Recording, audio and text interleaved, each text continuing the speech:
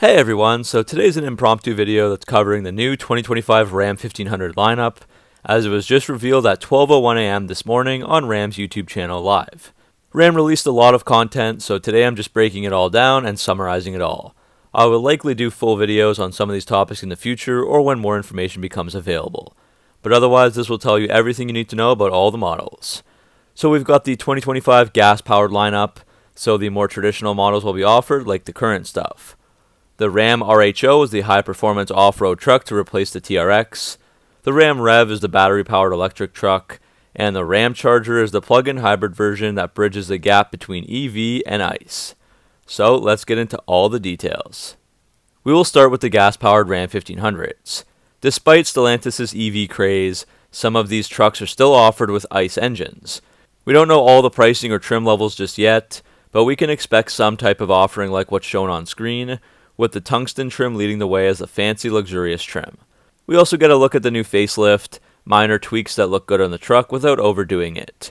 Ram has added some new lighting elements, wheel designs, and more colors.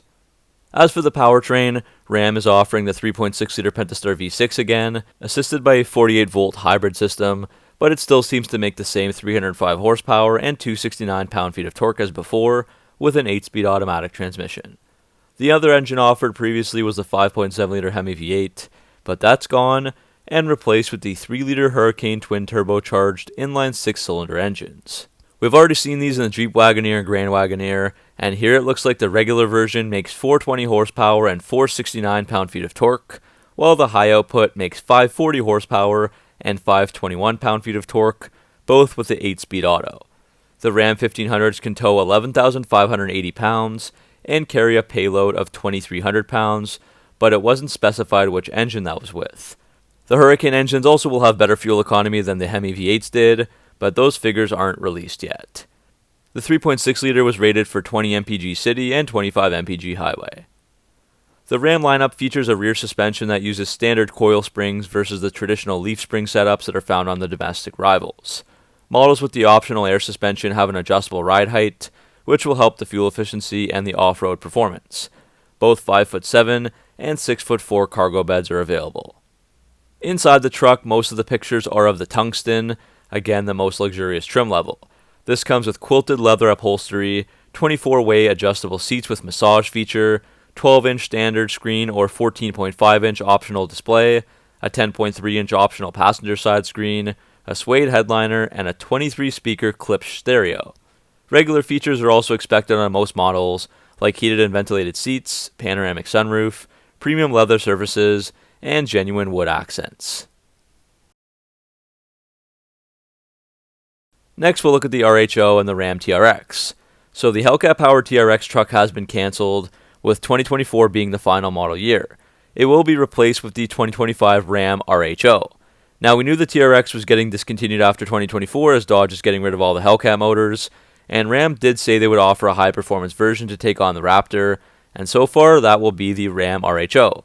Instead of the 702 horsepower 6.2-liter supercharged Hemi, the engine under the hood is the high-output version of the 3-liter Hurricane, so this engine will be shared with the Ram 1500s, as we just talked about, making 540 horsepower and 521 pound-feet of torque with 28 pounds of boost, but that's still a whopping 162 horsepower short of the TRX, and of course less than the upcoming Ford Raptor R, which has a 700 horsepower V8 engine. The overall exterior package will remain similar to a TRX with the wider body, but it also should get some cosmetic changes to the front and rear fascia and the interior tech and elements. It should continue with the 35-inch all-terrain tires, reinforced frame, and a foot of suspension travel. So it should be as fun to drive off-road as a TRX, but it won't be as quick. The previous TRX could do 0 to 60 in 3.7 seconds, and quarter mile in 12.3 seconds at 110 miles per hour, as tested by Car and Driver. The 2023 Jeep Wagoneer also comes with this high-output 3-liter Hurricane, and Car and Driver tested one where it could do 0 to 60 in 4.7 seconds, and the quarter mile in 13.5 seconds at 105 miles an hour, so this engine will likely still be a good bit slower than the Hellcats were. Ram hasn't released the pricing yet for the upcoming RHO, but I suspect it should receive a slight price decrease over the outgoing V8 powered model. The TRX last started at $97,485, so I would expect the RHO to come in around $85,000. The TRX will be missed, but there is still time to see if Ram has something up its sleeve to compete with the Raptor. When more details are released, I'll make another video on the RHO. Next is the 2025 Ram REV. We've already seen this displayed in pictures and at the 2023 Detroit Auto Show, but now we finally know some more details. The REV is the battery-powered electric truck, or a BEV, to try to compete with other electric offerings like the Ford F-150 Lightning and the Rivian R1T. The REV still retains a body-on-frame chassis, and what you see on screen is exactly what the 2025 production version will look like. It's being shown as a crew cab model with a short bed. Again, we don't know the cost or the trim levels to be offered. The F-150 Lightning starts around $52,090 for a base model Pro, so the REV will probably start around there and go up into the six-figure territory. Ram will be offering two different battery packs with all-wheel drive standard for both trucks. The smaller pack uses a 168 kilowatt battery, and that is able to tow 14,000 pounds and have a 2,700 pound payload depending on the options. There's also a larger 229 kilowatt battery pack, but details on this are still somewhat secret, but less maximum towing capacity is expected due to the increase in curb weight. Tim Kuniskis did say with the optional battery, I'm assuming the larger one but not positive, the REV will have 654 horsepower and 620 pound-feet of torque and be able to do 0 to 60 in 4.4 seconds. So while that is very impressive, the Lightning Platinum Extended Range can do 0 to 60 in 4 seconds. The smaller battery has a range of 350 miles and the larger at least 500 miles. The 800-volt architecture allows for DC fast charging, so Ram says it's 100 miles of range for 10 minutes of fast charge. The REV also comes with 4-wheel steering for tighter turning in the outdoors or parking lots, and adjustable air suspension. Also, to have something similar to the SRT performance pages, there will be an EV pages section on the screen. The interior of the REV isn't confirmed yet, but the concept photos show adjustable seating, powered frunk, side steps and rear tailgate, larger Ram box, multifunction tailgate, two 14.5-inch touchscreens, a 360-degree camera, and infotainment system with lots of features like adjustable lights, cameras, thermostats, and audio systems.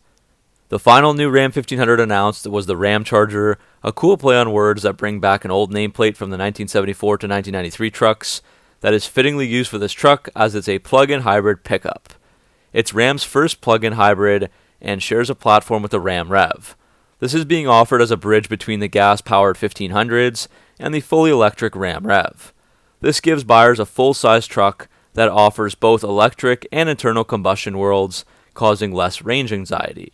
So the Ramcharger shares the body-on-frame Stella frame platform with the REV, made of steel with wider frame rails to protect the battery and the fuel tank. It got an updated exterior and looks more like the ICE siblings, and can be identified with special Ram badges with a different font that's shared with the REV, along with unique body color pieces and taillights. The hybrid will be offered with a crew cab and single bed, and trim levels will be similar to other models like Bighorn, Laramie, Limited, and Tungsten. Unlike the majority of plug-in hybrids, the Ramcharger's gas engine is only used to make electricity rather than directly power the wheels.